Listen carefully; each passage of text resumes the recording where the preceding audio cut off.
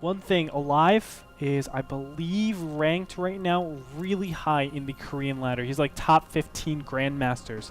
Oh, and wow. those of you at home are like, oh, ladder doesn't matter. Okay, yeah, North American ladder maybe. But Korean ladder, that crap. I was gonna say another word for crap, but that is no joke, man. Korean ladder, Koreans take that stuff seriously. Yeah. It's a lot of how you get determined in terms of ranking in team houses, which means it gets your exposure, which means it gets, you know, your ability to get recognition. So the ladder means a lot, and I appreciate that, you know, they take it so seriously. Oh, yeah. Now, I'm actually pulling up some statistics here. Noxn actually has been put into the database, but he doesn't actually have any record against a Terran player, so I don't know too much about him. But actually, let's introduce our players first, Gretorp, before we jump more about this map and this matchup. Let's do it, baby. Top left-hand corner. We have, in the pink Zerg, NMX Noxn. And in the bottom right-hand corner, Fnatic Raid Calls aLive. That's my sensual voice right there. Oh, well, it had me weak in the knees, man. I know. Elliot, you shut your mouth. Elliot's in the production room over there, just talking up smack, saying that it's not that sensual, and he's laughing at me. How dare you, Elliot?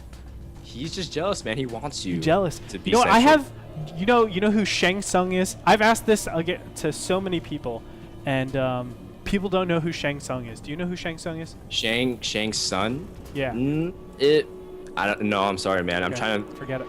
Forget it. Is it a cartoon character? It's a Mortal Kombat guy. Okay. Okay. He's one of the. He's not the end boss, but he's like the henchman head boss type of deal. Like, he's like the second in command.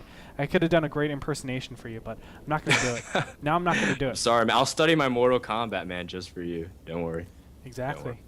And I like this little drone scout, but Noxn is going to be so sad because this isn't the first time I've seen something like this where the drone actually brushes by and doesn't see this one barracks. It's the second time. Seriously, or actually I've seen this happen so many times more than that. But still, if he just stayed there for a little bit, he would have been able to see this barracks, but now he's not going to be able to see it. Ah! So sad for Noxn. He's going to be unpleasantly surprised by that. Yeah, I mean, because for all Noxn knows, his opponent could be doing anything. He could be doing the very standard Hellion opening, could be doing, you know, some kind of fast expand, but in fact, Fnatic is going for a very standard 2 racks bunker push. Now, the first bunker is still not even spotted by Noxn. Oh, it actually is, just in the outskirts of his vision, and he sees the Marines. So he's actually going to pull some drones here. He's getting 5. This is not enough. Yeah, it's not enough right here. He's going to need way more to deal with this Gretorp. Yep, this is not good. He is making gas right now. I mean, a good position right now. He can give up the hatchery. I think that's the best way you can actually go from here. Give up the hatchery and then go for Zergling Baneling and then crush your opponent with just a superior drone count. But this is not going to work out. The bunker has finished. He's going to have to back up. He is mining gas. That's the most important thing. But you can go a slow speedling and just give up this expansion. He's not looking to do that. The Spine Crawler is going up at this point, and this isn't going to look good. I mean, Noxn's going to lose this hatchery, and he's investing way too heavily into this army composition.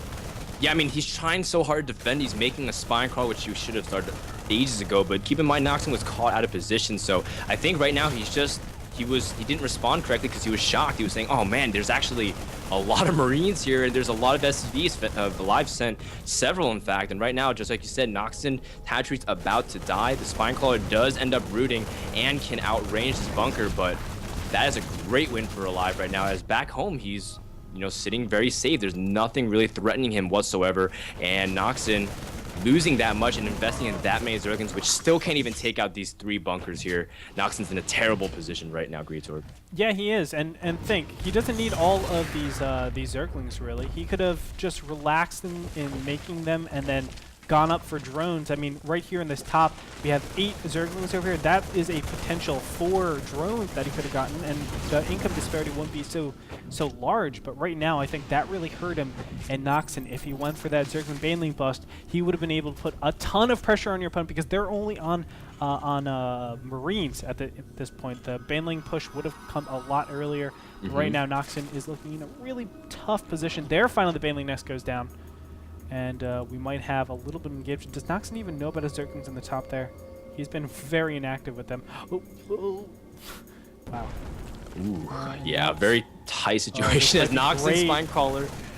Oh man, will not get it. But looks like the Zerglings do end up getting a very minor surround there, but aLive making the best out of it, utilizing that bunker as reinforcements. And all of a sudden, Noxn just donated a lot of Zerglings, and that is not going to help his cause whatsoever, as he wants to be freed from this containment here from aLive. But okay, Noxn has no clue he has the Zerglings up there. He just now realized it. No, that's me. Okay, now we finally realize it.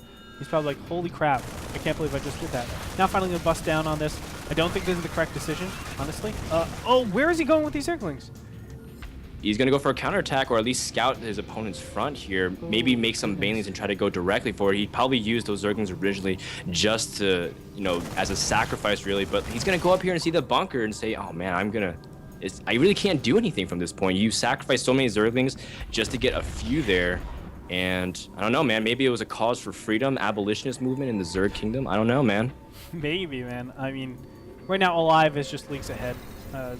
There's nothing really more to say about it. I mean, Noxn is behind quite substantially just because, you know, he's given up so much larva in this early game stage. So let's go ahead and look at the income tab. 23 harvests, 27.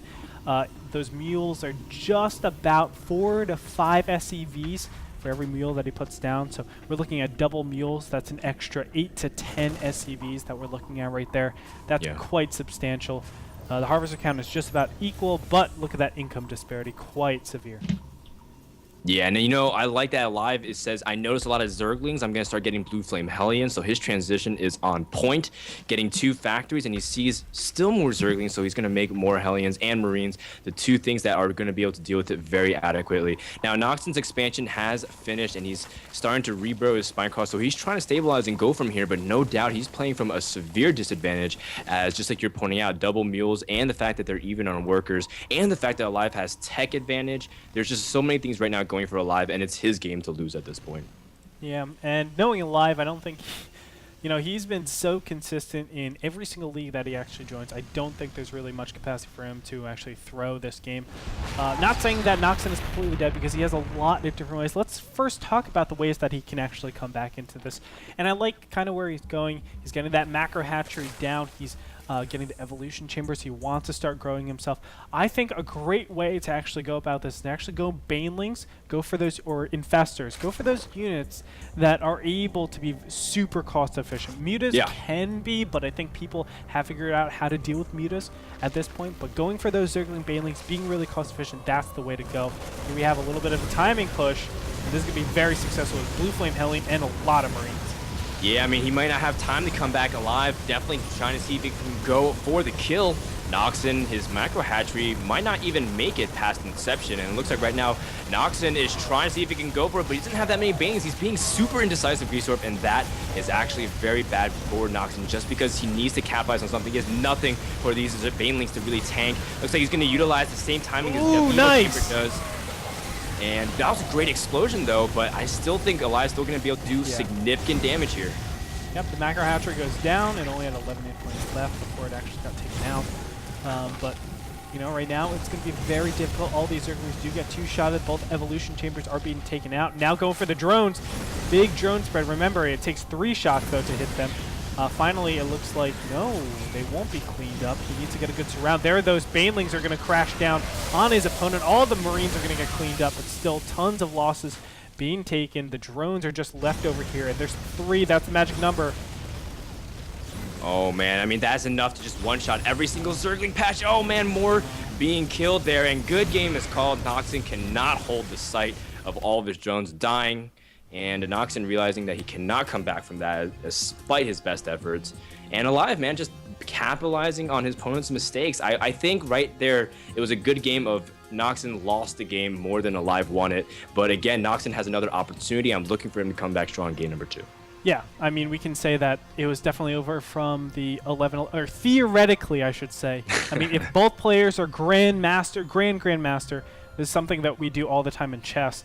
You know, if both players are, or if one player was a grandmaster, one player was a master or intermediate, I think if you put anybody in that intermediate position, that Terran should win 95% of the time for sure. So definitely a very clear win for aLive in that particular game on Belshire Beach Winter. I'm going to look. Noxn is just now checking what map that he wants to have. So we're going to actually head into a quick break. We should be back in 30 seconds to a minute, and there we will continue on with game number 2 between Noxn and aLive. So catch us there.